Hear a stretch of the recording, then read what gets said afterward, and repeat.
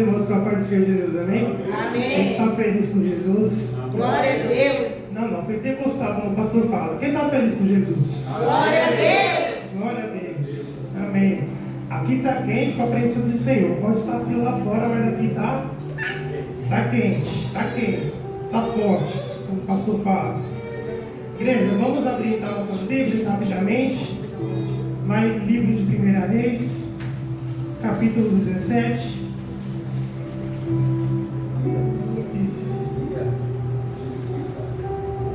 Elias. Foi falado de chamado aqui hoje, que Deus levanta quem Ele quer. E creio que o Senhor vai falar grandemente através da palavra. Que não venha nada de mim, mas que venha a palavra do Senhor falar conosco, amém? Vamos ler alguns versículos 17, depois vamos para o 18. Vou estar lendo no versículo 1, amém? Então Elias, o tisbita, dos moradores de Gileade, disse a Acabe: vive o Senhor Deus de Israel, perante cuja face estou, que nestes anos nem orvalho nem chuva haverá, senão segundo a minha palavra. Pois igreja? Depois veio a ele a palavra do Senhor, dizendo: retira-te daqui e vai para o oriente e esconde-te junto ao ribeiro de Querite, que está diante do Jordão. Quarto. e há de ser que beberás do ribeiro, e eu tenho ordenado aos corvos que ali te sustente. Foi, pois, e fez conforme a palavra do Senhor, porque foi e habitou junto ao ribeiro de Querite, que está diante do Jordão. 6. E os corvos lhe traziam pão e carne pela manhã, como também pão e carne à noite, e bebia do ribeiro. E sucedeu que, passados os dias, o ribeiro secou, porque não tinha havido chuva na terra. Então veio a ele a palavra do Senhor, dizendo: levanta-te e vai para Sarepta, que é de Sidom, e habita ali. Eis que eu ordenei ali uma mulher viúva que te sustente. Vamos então agora para o versículo 24.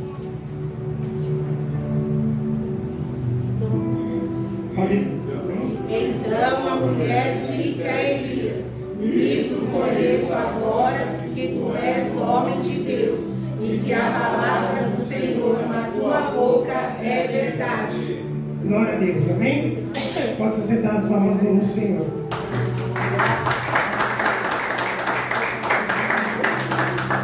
Como foi falado, Deus levanta quem Ele quer, e esta mulher ela pôde contemplar que era a boca de Deus falando através de Elias. Mas vamos voltar, começar do começo, começar do início, aqui no capítulo 17, amém? Igreja, meditando nesta palavra, pela misericórdia de Deus, nós podemos observar que há situações terríveis que acontecem, mas como foi falado aqui, cheguei na metade do culto, mas pude sentir grandemente que o Senhor estava falando e confirmando que Ele está cuidando, que Ele cuida do teu povo, mas para aqueles que obedecem, para aqueles que servem verdadeiramente ao Senhor. E vamos entrar nesse cenário que estava, onde Elias foi levantado por Deus para poder fazer a vontade dele. Então, nessa época, a igreja, a nação ela estava vivendo uma crise muito grande, onde a idolatria ela tinha tomado conta de Israel. E isso vinha acontecendo de muitos anos atrás, muito tempo atrás, reino após reino. Isso desde os reinos chamados do rei, através do rei Jeroboão, onde todos os reis não obedeciam a Deus e faziam o que era mal aos olhos do Senhor. E a partir do rei Jeroboão, isso foi tomando um segmento cada vez mais agravante para os povos de Israel. Diante disso, o rei Acabe veio dessa linhagem, foi considerado o pior rei de Israel. E para piorar a situação, ele se une com quem? Com a Jezabel. Jezabel, uma mulher assassina, feiticeira, manipuladora, que fazia com o rei Acabe como um boneco, fazia do jeito que ela queria, e além de perseguir os profetas de Deus, e matava eles. E diante disso, ela começou a adotar esse método de adorar a Deus, Baal. Ela tomou conta da idolatria daquele povo, fazendo com que eles adorassem a Baal, adorassem outros deuses, e fugissem da presença do Senhor, fazendo com que eles fizessem mal ao Senhor. Então, na visão deles, a cegueira espiritual foi tão grande ali, naquele cenário, que na visão deles, os profetas de Baal, os deuses de Baal, eles afirmavam que a chuva e a fertilidade do campo era Baal que mandava a porção. Só que em vez de glorificarem a Deus, estavam glorificando cada vez mais a Baal. Então, igreja, diante dessa idolatria, a nação toda em crise, Deus não levantou uma nação, Deus levantou um homem para montar uma nação. Então, nesse cenário aparece Elias, profeta do Senhor, homem de Deus, ser humano como eu e você, e se posicionou para falar com Acabe. Deus usa quem Ele quer. E na passagem fala mesmo na Bíblia que ele era um ser humano como eu e você. Elias não teve medo de falar com Acabe, pois ele sabe o Deus que ele serve. E nós, se fomos colocados numa situação como essa, teríamos coragem de se posicionar e falar com o rei. Mas diante disso, Elias declara que as terras, ele chega, se apresenta para o rei Acabe e declara que iria secar a terra, que não ia ter mais chuva, que não ia mais ter orvalho. Ela ia passar por mais essa crise ainda. Haveria fome e tudo que o povo tinha plantado ia se perder. A colheita ia estar perdida. Então ele chega para Acabe e diz: tão certo como vive o Senhor, não haverá nem chuva, nem orvalho, e nos próximos anos, a não ser quando eu disser. E aí, em outras passagens, em outras versões da Bíblia diz: segundo a minha palavra. Se nós lemos em outras versões, se tiver oportunidade, Elias termina este versículo falando: segundo a minha palavra, está escrito aí. E aí podemos entender o seguinte, pensar o seguinte: de onde ele tirou essa convicção? Segundo a minha palavra, sendo que a palavra é de Deus. Da onde ele tirou esse conceito de falar segundo a minha palavra? E a resposta está lá em Tiago 5,17. Porque antes dele falar com o rei, ele se posicionou ao rei dos reis. Ele se prostrou diante dos reis dos reis. E ele diz, ele orou com fervor para que não chovesse. E por 3 anos e 6 meses não choveu sobre a terra. Ali ele estava com uma junção de fé imbuída com oração, mais ação. E nos lembra também quando Neemias fez a mesma coisa. Quando ele soube que os muros de Jerusalém estavam derribados, ele se posicionou primeiro a orar a Deus. Ele orou durante dias, jejuou durante dias, e depois dele ter orado a Deus, ele foi falar com ele. E aqui foi a mesma situação, mas vamos dizer que era um pouco mais séria. Ele iria proferir algo agravante para o povo, agravante para todo aquele reinado. E tinha que falar com o pior rei de Israel, que era Acabe naquele momento.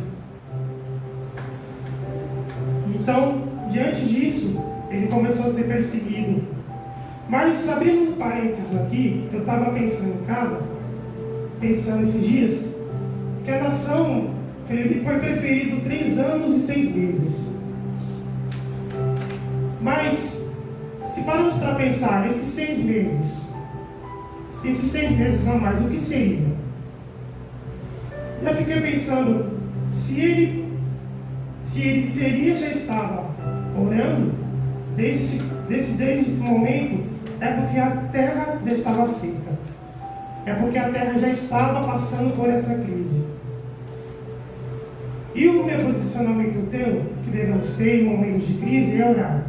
Não só no momento de crise, mas em todo momento. Em todo momento, orar sem cessar. E se nós observarmos lá em Tiago 5, onde nós lemos, que ele já estava orando. Ou seja, tudo indica que a seca já estava acontecendo. A crise já estava batendo na porta por algum tempo. Só que ali, ele teve uma grande responsabilidade de orar e proferir algo que iria se estender por mais 3 anos. Ou seja, se já estava naquele cenário, não foi fácil para ele chegar até o rei e falar: agora vai ser mais 3 anos. Sabe por quê? Se nós estamos orando por determinada situação, e se Deus diz não para nós, vai esperar mais um pouco. Sabe por quê? Você não está preparado ainda. E trazendo para esse cenário, lá em Deuteronômio 11:16, ele sempre nos avisou. Desde o começo dos tempos, desde o início da Bíblia, ele sempre nos alerta que se nós obedecermos, se nós adorarmos somente a Deus, ele diz aqui: tenha cuidado para que não aconteça que o coração de vocês se engane e vocês se desviem, sigam outros deuses e se prostrem diante deles. Se isso acontecer, a ira do Senhor se acenderá contra vocês e ele fechará o céu para que não chova, a terra não dará sua colheita. Ou seja, com base nisso, Deus derramou a ira sobre aquele povo. Só que Elias nenhum momento criou a dúvida, nenhum momento ficou com medo, nenhum momento ficou prostrado, mas ele disse: eu irei e falarei com Acabe. Com essa atitude, com essa posição e com essa ousadia, ele tomou essa posição e foi falar com o rei. Igreja, nós temos que nos posicionar e ver se algo está errado. Nós não temos que ficar parado com a boca fechada, mas nós temos que se posicionar e falar assim: doa a quem doer, falar a verdade, falar tudo que está errado, porque a palavra de Deus, ela não mente e ela não se desvia.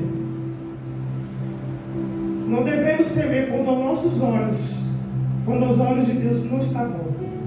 Isso seja para a nossa família, seja para alguma situação que vier a ser. Então, diante disso, quando Elias se calou, aí Deus começou a falar.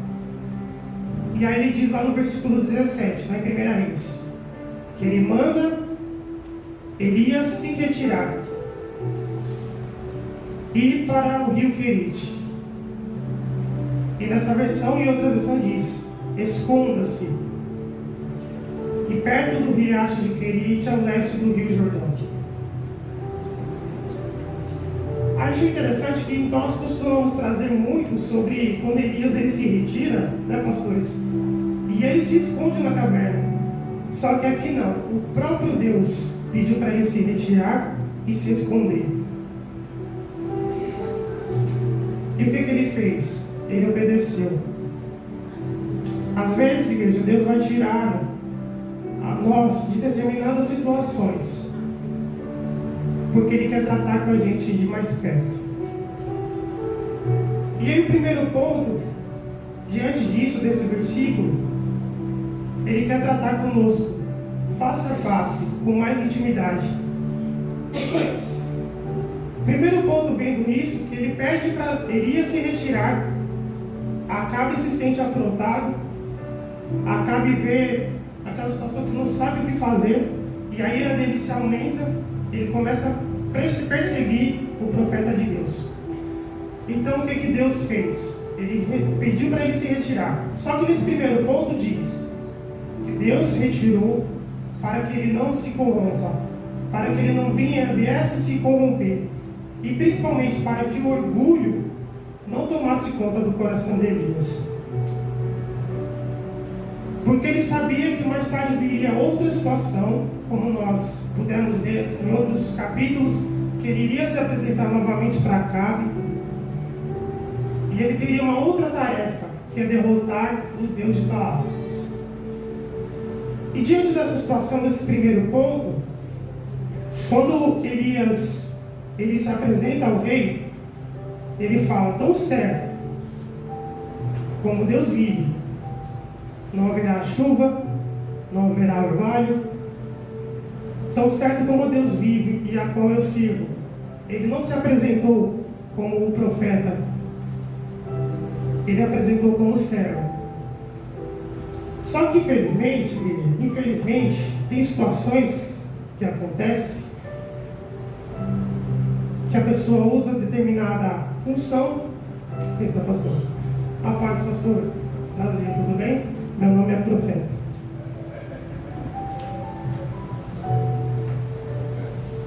Meu nome é Profeta. A pessoa esquece até, troca até o nome.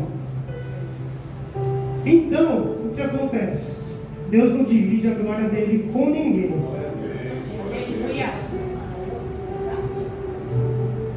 Ele deixou bem claro. E a proteção dele, Deus toma cuidado de todas as nossas áreas, todos os sentidos.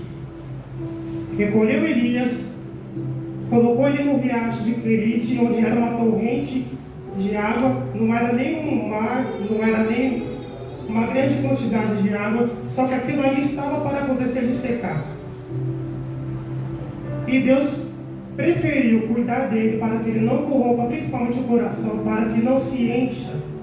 Porque infelizmente lá fora, em outras situações, acontece das pessoas colocarem o ego a mais e esquecerem que Deus que levantou. Porque na verdade importa que eu diminua e que ele cresça. Podemos ter vários talentos. Eu posso pregar muito bem, eu posso ter um bom conhecimento da palavra, eu posso louvar muito bem, eu posso ser um bom obreiro na casa de Deus, mas a glória tem que ser devolvida para Deus.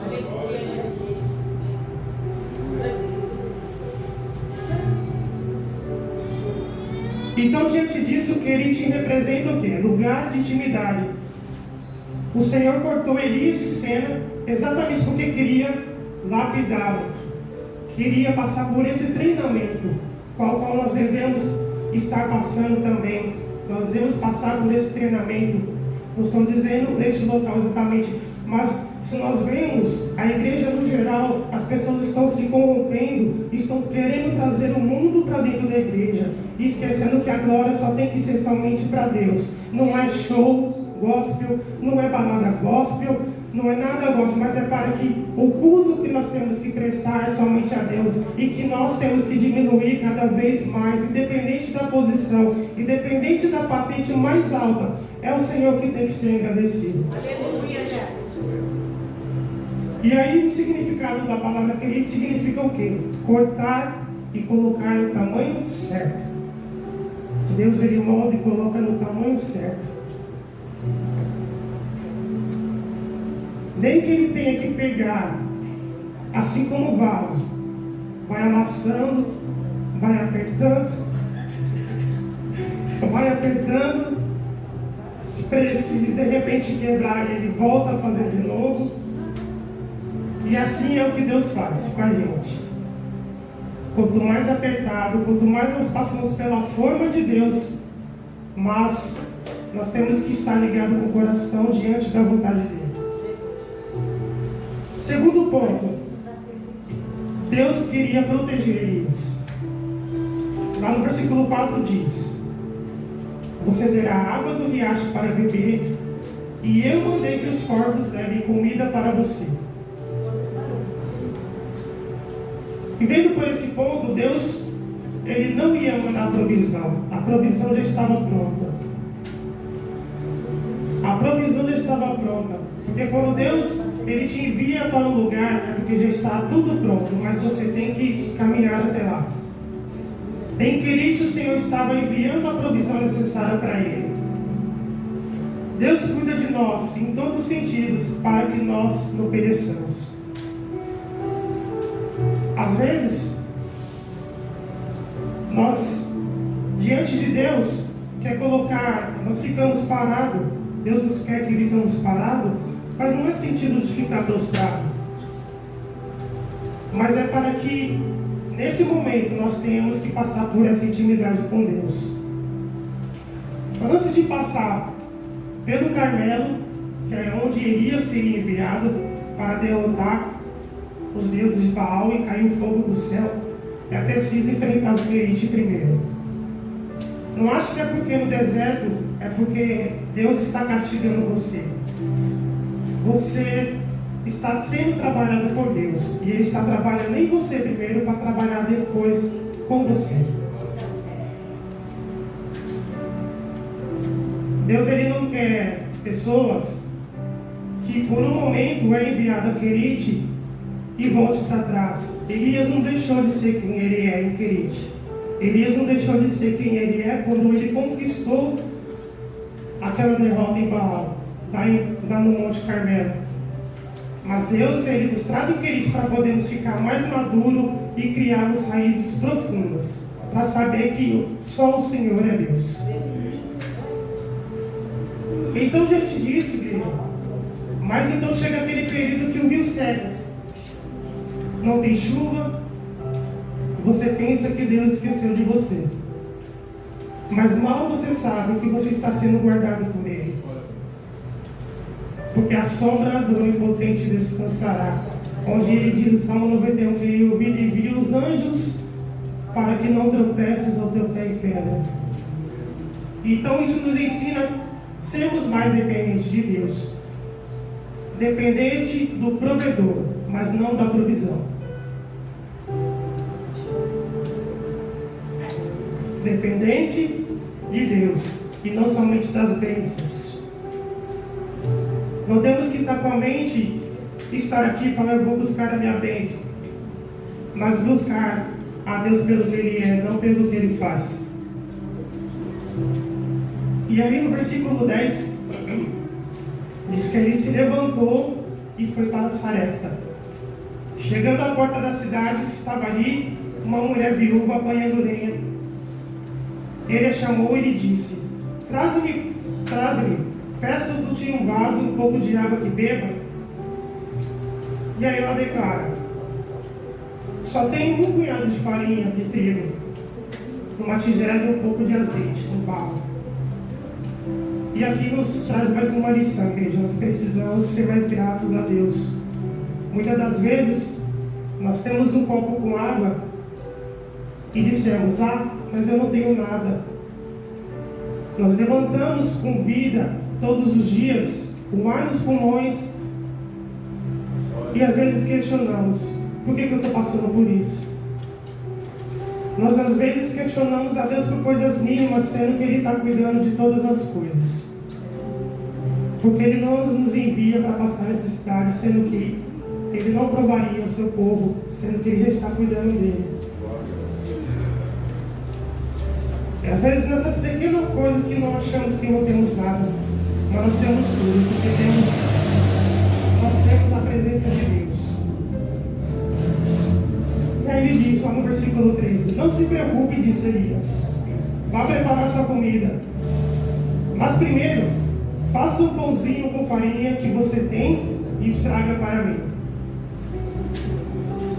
Aí nesse pequeno versículo já tem aqui uma outra lição. Faça primeiro o pãozinho com farinha que você tem e traga para mim. Depois prepare o resto para você e para o seu filho. Mesmo na dificuldade, ali ele poderia ter falado, mas Senhor, se não tem para ela, quem dirá para mim? Ela é viúva, ela é pobre, com filho, e já estava ali acabando o pouco que ela tinha para preparar. Só que Deus prepara tudo. Só que, diante disso, faça primeiro para mim, que da tua casa cuido eu. Aleluia. Glória a Deus. Declare o que você tem em casa, igreja. Elias serviu a ele, ela serviu a Elias, e o azeite e a farinha não faltou. Onde ele diz que a farinha da panela não acabará e o azeite do jarro não faltará, até que dia em que o Senhor fizer chover sobre a terra. Quando você faz para mim, eu cuido dos teus. Pode parecer pequeno aos nossos olhos, a nossa percepção humana, quando Ruth ela vai pegar restos de alimento no campo. Pode parecer pequeno, mas quando o dono do campo, que é Boaz, que representa Cristo, bate o olho nela e faz ela prosperar com o inimigo. Pode parecer pequeno, igreja, mas seja fiel no pouco, que sobre muito eu te colocarei. Glória a Deus. Continuando, então no 16 diz: como o Senhor havia prometido por meio de Elias, não faltou farinha na tigela nem azeite de barro. E aí no 17 houve uma outra situação. Tempo depois, o filho da viúva ficou doente e veio a falecer. E aí então Elias dizendo, ou seja, 18, perdão. Só que em vez de colocar a culpa nela, ela coloca a culpa em Elias. Dizendo: homem de Deus, o que o Senhor tem contra mim? Será que o Senhor veio aqui para fazer com que Deus lembrasse dos meus pecados e assim provocar a morte do meu filho? Não culpe os outros por culpa sua. Não culpe as pessoas por erro de vocês. Não culpe os outros por alguma coisa não ter dado certo. Às vezes queremos culpar a Deus, sendo que na verdade o erro está em nós primeiro. Nós temos que tirar a trave dos nossos olhos primeiro para depois observar o do seu vizinho. E ela colocou a culpa em Elias. Só que o que ele fez? Ele pegou o filho dela, sem falar nada, e levou para o quarto alto. Às vezes, queremos nos defender falando várias coisas. Só que no momento falar, melhor ficar calado. Queremos falar: Senhor Deus, o Senhor está vendo essa situação? O Senhor está vendo o que aconteceu?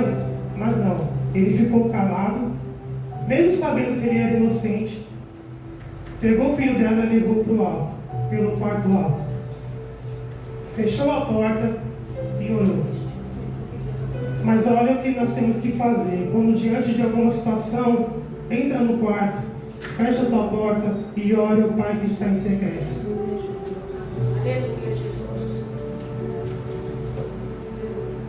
São situações que tentamos resolver defendendo.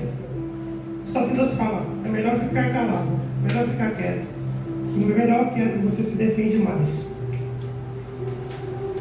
Então no versículo 21 diz que Elias se deitou em cima do menino 3 vezes e orou. E o Senhor Deus respondeu a oração de Elias. E o menino começou a respirar outra vez e tornou a viver. Elias pegou o menino e levou para baixo para sua mãe e disse: veja, o seu filho está vivo. E aí, quando nós lemos o 24, agora eu sei que o Senhor é um homem de Deus, que Deus realmente fala por meio do Senhor. Ele não precisou falar nada, mesmo estando inocente, mas o que ele fez? Ele foi orar. Não precisamos fazer nada, igreja, porque quem justifica nós somos Deus. E a tua e a minha vida, quem toma conta é Deus. O diabo não tem poder. A tua e a minha vida, quem cuida é Ele. A depressão, a enfermidade, a afronta não pode te abalar, porque maior é o que está em nós do que está no mundo. Glória a Deus. Ai daquele que toca no ungido do Senhor. Só vence batalhas lutando, mas é necessário que passamos pelo rio Querite. Então, após esse período de seca, pensaram que levou 3 anos e meio, acharam que Elias tinha morrido. Mas, na verdade, ele se levantou mais forte ainda. Quando passamos por alguma luta, por algum deserto, nós não temos que ficar prostrados, mas nós temos que sair com experiência. Nós temos que sair com raízes profundas para dizer que mais forte é o que está comigo, porque o Senhor é Ele que sustenta, é Ele que te guarda, é Ele que te protege, e Ele está com você em todos os teus caminhos. Porque lá em Isaías diz que quando você passares pelo vale, Ele estará contigo. Se você passar pelas águas, se você atravessar águas profundas, eu estarei ao seu lado. Mas Ele não te dá a opção. Ele fala quando? Quando você passar, eu estarei com você. Glória a Deus. Podem achar que Querite é algo para destruir, para enterrar seu chamado, porém, só está sendo reciclado pelo Senhor para sair mais forte desse lugar. Igreja, meus pastores, com todo respeito, minha bispa, eu posso falar algo que Deus colocou no meu coração. Pode parecer repetitivo, pode parecer clichê, mas foi o que o Senhor colocou no meu coração a semana toda. Pode parecer que Querite seja lugar escondido, pode parecer que Querite seja lugar abandonado, de poucas pessoas, pode parecer que Querite, aos olhos de muitos, você está lá ainda? Você ainda está lá, atuando?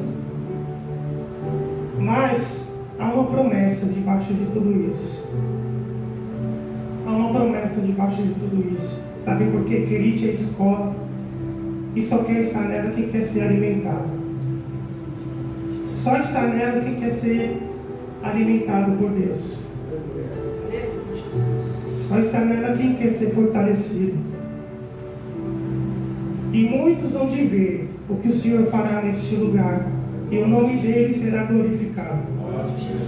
Porque está debaixo de uma promessa, e essa promessa é ver quão grandes coisas fez. Porque eu tenho certeza que cada um aqui tem um testemunho de falar, testificar a presença de Deus aqui neste lugar, de ver o que Deus fez na vida de cada um aqui. Só que o que ele fala aqui, nós temos que ser gratos a Ele.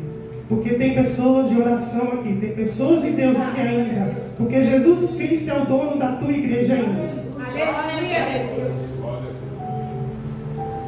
E Ele diz que a porta que Ele abre ninguém fecha. Mas tudo isso é um propósito.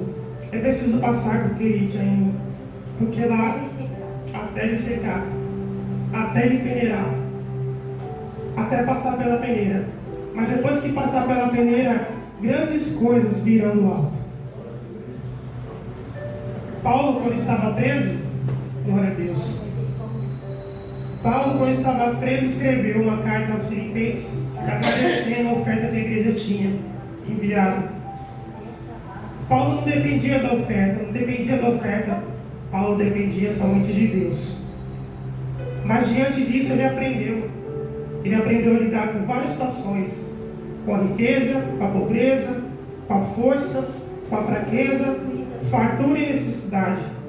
Ele aprendeu que a sua alegria não estava nas coisas da terra, mas na alegria estava no Senhor. Aleluia, Jesus.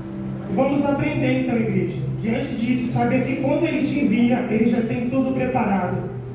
Mas você precisa caminhar, continuar sua caminhada com Deus, continuar com a sua intimidade com Deus e saber que tudo posso naquele que me fortalece. Aleluia. Não desista, persista, insista, continue e persevera, porque Deus, Ele não volta atrás nas suas promessas. Deus, Ele não volta atrás no que Ele prometeu aos seus. Nós precisamos crer que Ele cuida de nós o tempo todo. Então vamos permanecer e se alegrar no Senhor e prestar o melhor para Ele. Porque quando Ele nos dá, quando Ele nos entrega, Ele não é pela metade. Quando Elias saiu de lá, ele saiu mais fortalecido, saiu mudado, e a mudança já está acontecendo aqui. Fortaleça o seu coração, confia nele, e o demais Ele fará. Amém? As palmas do céu, Deus abençoe.